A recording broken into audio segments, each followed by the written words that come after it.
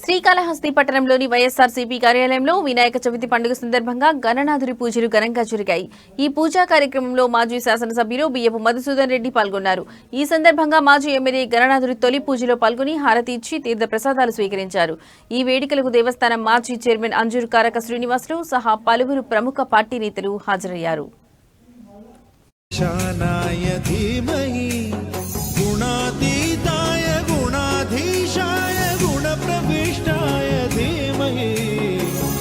एकदन्ताय वक्रतुण्डाय गौरीतनयाय धीमहि गजेशानाय भालचन्द्राय श्रीगणेशाय धीमहि गणनायकाय गणदैवताय गणाध्यक्षाय धीमहि गुणशरीराय गुणमण्डिताय गुणेशानाय धीमहि गुणातीताय गुणाधीशाय गुणप्रविष्टाय धीमहि एकदन्ताय वक्रतुण्डाय गौरीतनयाय धीमहि गजेशानाय